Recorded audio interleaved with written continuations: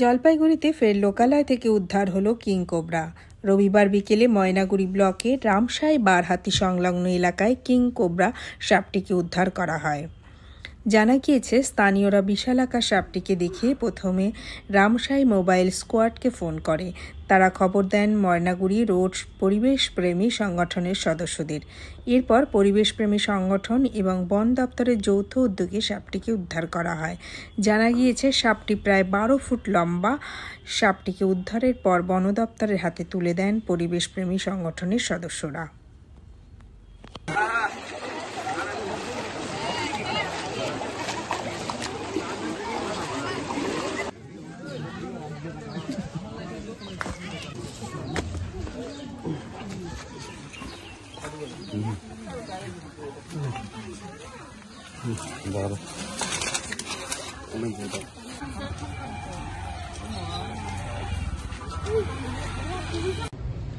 আজকে রামসাই বারোহাতি এলাকায় আবারও একটি কিং কোবরা সাপ উদ্ধার হয়।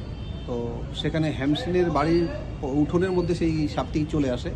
তারপর সেখান থেকে রামসাই মোবাইল স্কোয়াডের কাছে খবর যায়।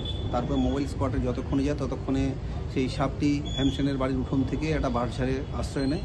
তারপর আমাদের কাছে খবর আসে, আমরা যাই, সেই গিয়ে রামসাই মোবাইল স্কোয়াড মিলে আমরা সেই সাপটিকে উদ্ধার করি।